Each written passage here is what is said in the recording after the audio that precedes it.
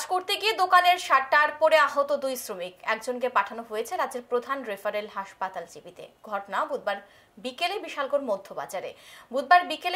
মধ্য বাজারে সীতানাথ সাহার দোকানের শাটার কাজ করতে আসে চারজন শ্রমিক। হঠাৎ দোকানের শাটার ভেঙে শ্রমিকদের মাথায় পড়ে, সাথে সাথে দুই শ্রমিক আঘাত পান। রক্তাক্ত অবস্থায় দুই শ্রমিকের দেখতে পেয়ে পার্শ্ববর্তী দোকানদাররা দ্রুত খবর দেয় বিশালগড় দমকল কর্মীদের।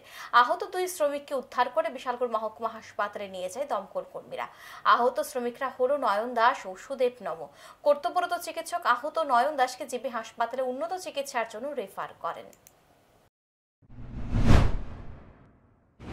তো এদের ওরা দুজন কাজ করছিল, ওদের মাথায় শাটার পড়েছে যতটুকু আমরা জানতে পেরেছি, এবং এর ফলে সুদেব নম কিছুটা আঘাত পেয়েছে ঘাড়ে, কাঁধে আর হাতে, আর নয়ন দাস মাথায় বেশ খানিকটা চোট পেয়েছে।